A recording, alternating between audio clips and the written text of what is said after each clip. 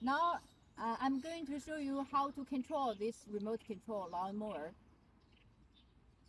First, we start the power of the remote control. Okay, and then open the main power. Go forward. Go back.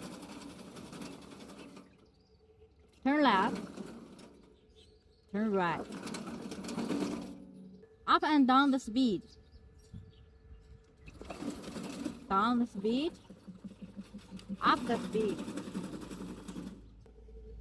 This button is cruise control.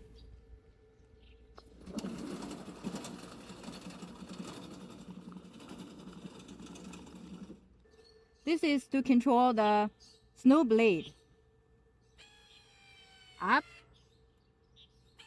down. Okay. This panel is control the mowing blade.